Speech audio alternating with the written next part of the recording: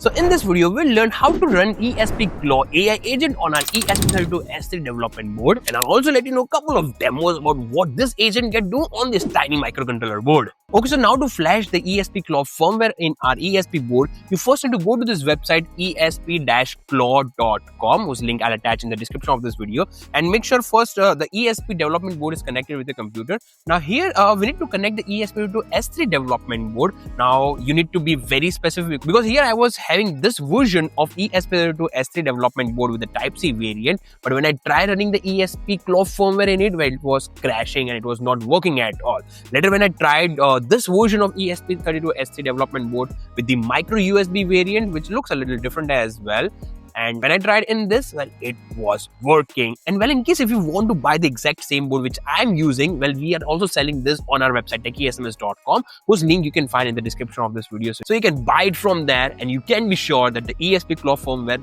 will work for you as well. Okay, so in my case, I already connected this development board, and now here, make sure you open this website in the Chrome browser only, because the USB connection will work smoothly in the Chrome browser. Now here you just need to click on Flash Online. Now this is a very good part. We don't need to create any account for flashing the firmware. So yeah, it's pretty fast and smooth. So here just click on the connect button and select the COM port of your ESP32 development board. If it doesn't show up, well, you may need to install the driver for it. So make sure you install the driver and restart your computer.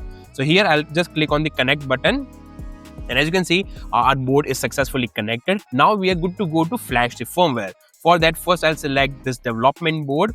Later, I'll provide the SID name and password of my Wi-Fi router, because yes, it will require the internet connectivity to do all the tasks. Perfect. And now we need to provide which LLM service we're going to use. So as we all know, OpenClaw do require the external LLM service to get all the answers of the query we will provide. Okay, so here I'll be using the OpenAI, but you can choose the Claude as well and Queen as well, but I will go with the OpenAI because I do have the account already in OpenAI. And once you select it, you need to provide the API key for it. So you need to log into your account and get the API key from that and just paste it here. So I'll do that quickly.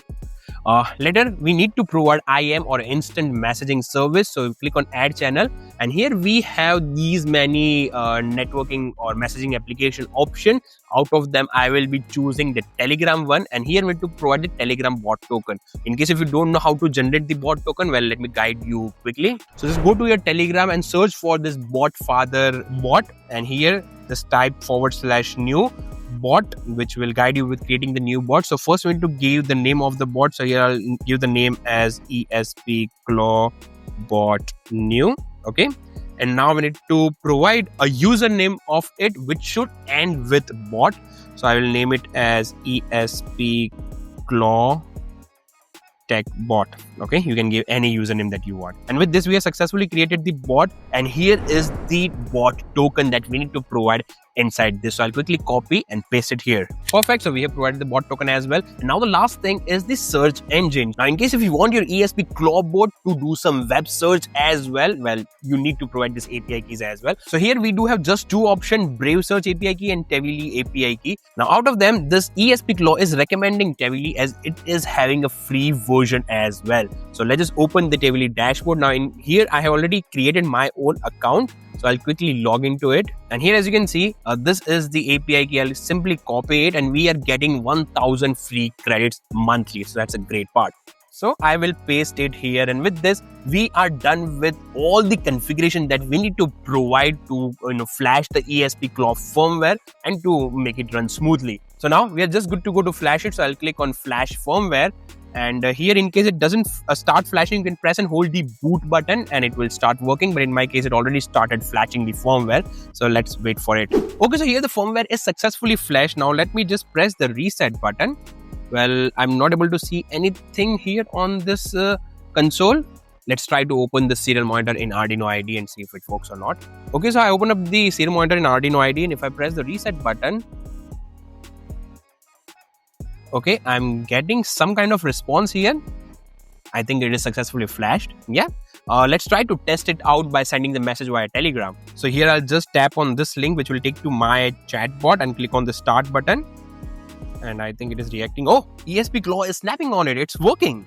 Hi, I'm ESPClaw. I can help with the device info, Lua scripts, automation, scheduling, general questions. Guys, we successfully flashed the firmware on the very first go. Truly, Espressive system made this step really very simple, very straightforward. Now let's try to ask something. Okay, so can you blink LED on board connected on GPIO 48? Now that's an addressable LED, so I'll just type here blink addressable LED connected to GPIO 48 and blink red color at interval of 1 second.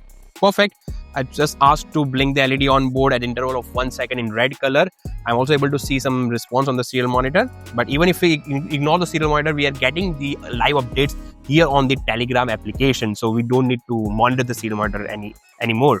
And this is the board. Let's see if this works or not. Yes, the LED on board started blinking at the interval of 1 second as I asked it to do. Started blinking the addressable LED on GPIO 48 in red at 1 second interval. Job name this and say stop blinking if you want to stop. So this program and everything was done by the AI itself. I just gave the LED pin number, the interval, the color, and boom, the task is done. This is quite interesting. Let's try to do some web search if it is working or not. So let me just ask, can you give me current gold rate of Ahmedabad, Gujarat? Let's ask current gold price in my own city. Okay, so it gave me the Ahmedabad gold rate. So 24 karat gold rate is 14,476 to 15,284 per gram. It also gave for the 22 karat, and the source is money control. And the good thing is, as you can see, all the searches, everything was done by this ESP board itself, right? But still the onboard LED is blinking. So they are kind of different tasks created by this device itself, which are running in parallel. Okay, so yeah, it's working. We can control the GPIO, we can do the web search as well. And let's try to see what more we can do on this ESPClaw. Let's try to do a couple of projects. So for the first project, I gave the prompt to write a code to display the current stock price of MRF stock on the 0.96 OLED display, which is connected to GPIO 8 and 9. Those are the I2 pin. Display the name of the stock and current price in the center with the bold font, and display high and low rate at the bottom corner in the small font. So I tried to be very specific about my project. So I gave the prompt at 4:14 and I got the response by 4:15 in just 1 minute. And let me show you how it looks. So here, as you can see, the current price of MRF stock with the low price and high price at the bottom corner, everything programmed by AI in just 1 minute, and it is working fine. So next up, I give this prompt to see if it can do automation based on sensors data or not. So here I connected a flame sensor to GPIO 14. So I asked this AI to print fire alert both on the OLED screen and also give me prompt on the Telegram mobile application. I gave the prompt at 4:54 p.m. Now initially it didn't work. It was showing some issue in the I2C or the OLED screen. I just asked to fix it at 4:57, and then later at around 4:58 it was done, fixed and started. So let's test this out in action. So as of now, when there is no fire, as you can see, it says monitoring on the OLED screen. So now if I lit a fire near the sensor, as you can see, it says fire alert on the OLED screen, and I should get, I got the message on the Telegram bot quite instantly. So yes, it do work. Like the automation based on sensors data also works perfectly fine.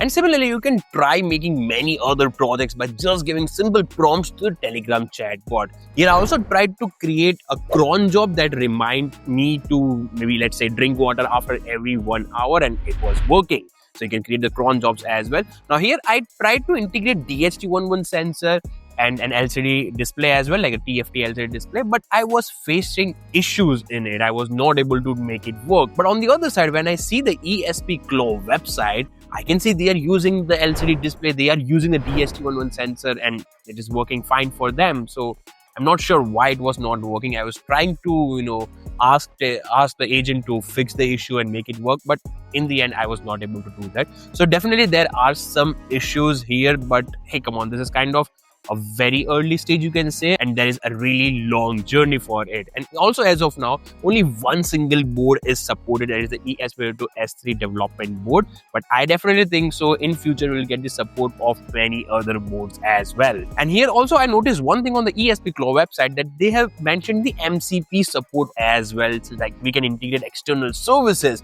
but I didn't find any option in the configuration page about how to add the MCP server or how to integrate external services like Gmail or WhatsApp or any external service. So I didn't get to see this option as well. So I think this is kind of an upcoming feature. I don't know. But yeah, anyways, that was all about my experience of using ESPClaw, and it was pretty smooth, and I was able to do a lot of projects by just giving a single prompt. And yeah, I'll definitely recommend you all people to try it out, as it is super fun, super futuristic, and super lightweight. Like, you don't need to have any external computer running the agent.